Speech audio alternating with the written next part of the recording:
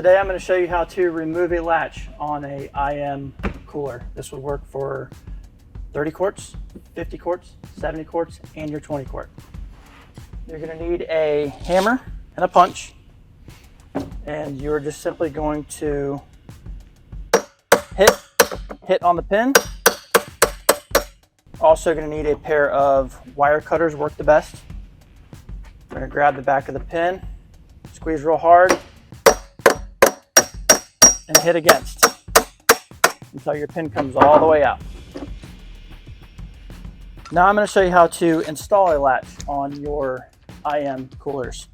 When you buy a replacement part, you will get a bag that has a latch and a pin inside. We'll set your latch in the hole.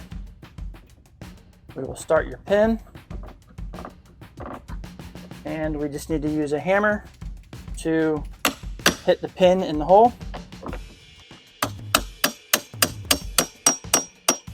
When you get close to the cooler, if you don't want to scar the cooler up, let's take your punch that you used to remove it and hit until it is all the way in the hole.